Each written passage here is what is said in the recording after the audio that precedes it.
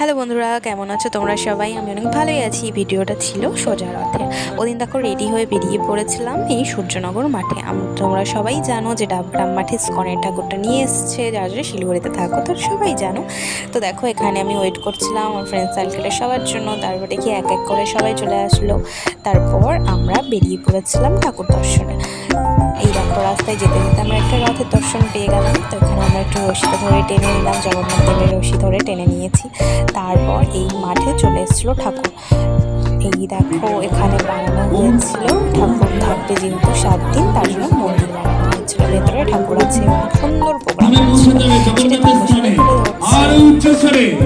হরে কৃষ্ণ।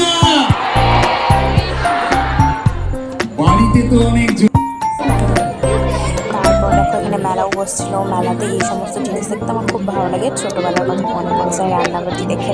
তোমাদের কার কার ছোটোবেলার কথা মনে পড়ে যায় প্লিজ কমেন্টে জানিও। তারপর আমরা একটা ক্যাফেতে এসেছিলাম, সেখানে কিছু খাওয়া দাওয়া করেছি, সেটাই তোমাদের সামনে তুলে ধরলাম। চলো ভিডিওটা কেমন লাগছে সবাই কিন্তু কমেন্টে জানিও। চলো দেখা হচ্ছে নতুন কোনো ভিডিওতে। বাই।